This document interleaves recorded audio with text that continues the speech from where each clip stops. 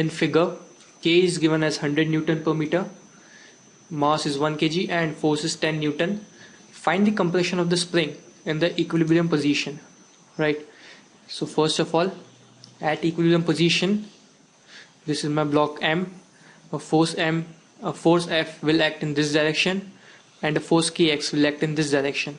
So for equilibrium position, F is equals to Kx. F is given me as 10 Newton and K is given as 100 to X. So X comes out to be 0.1 meter or 10 centimeter. Alright.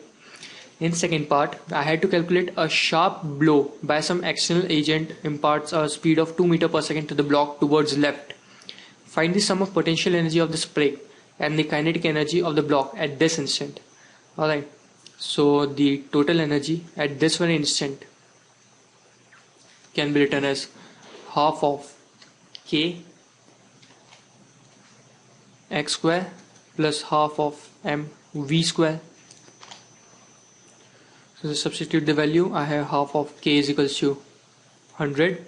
The value of x is 0.1 meter as I calculated above, plus half of mass, that is 1, into the velocity, that is given as 2 meter per second square. So the total energy comes out to be 2.5 joules. Alright. In C part, find the time period of the resulting simple harmonic motion. Fine. Now the time period can be written as 2 pi under root of m by k. It is not at all variated by an external force, because the time period, it depends only on the mass and the spring constant, irrespective of if any external force is acting on the particle or not. So just substitute the value. Mass is 1, K is 100, so it comes out to be 2 pi by 10, that is pi by 5 seconds. In D part, find the amplitude. Now I do have to calculate the amplitude. For I should write the energy conservation equation. Okay. Now at equilibrium position, I know the total energy, that is given by 2.5 joules. This is the energy at a position A. Fine.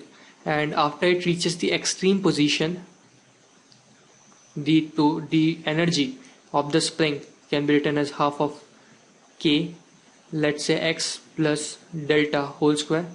This is the total energy of the spring at extreme position. That will be equal to the energy at the mean position, that is half of K x square plus half of m v square plus the work done by the external force F in traveling this distance, and this distance is nothing but delta. So this is F into delta. So just substitute the values, right? So I have half of K is 100 into the value of x is 0.1 plus delta whole square plus half of 100 into, okay, the sum of both this half of K square plus half of mv square can be written as 2.5 joules, as I have calculated this in B part. So it is 2.5 plus F, that is given as 10 into delta. So to solve this equation, you get a quadratic, and solve this quadratic, the value of delta will be coming out to be 20 centimeter. That is my answer. That is the amplitude, because we know that at a distance x, that was the mean position, and by further distance delta, that will be an extreme position. So this delta will be the amplitude. Okay. Now in E part, I have to calculate the potential energy of the spring when the block is at left extreme position. So at left extreme position, there will be only and only spring energy, that can be written as half of K x plus delta whole square. So just substitute the value now.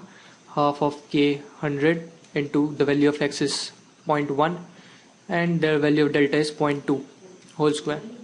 So the value of E comes out to be 4.5 joules. Right.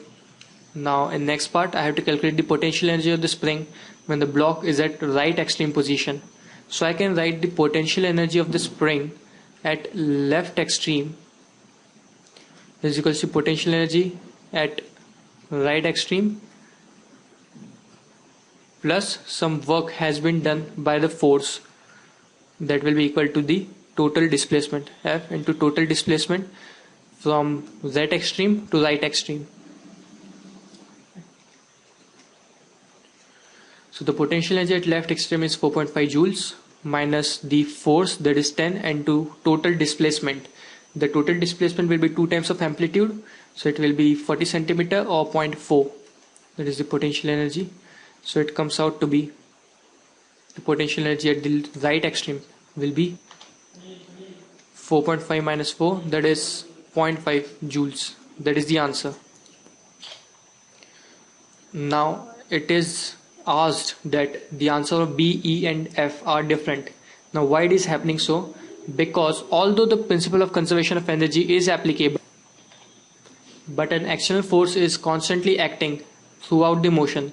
So even the principle of conservation of energy is applicable, but there is an external force acting. So therefore the potential energy or the total energy at point B, E and F are different.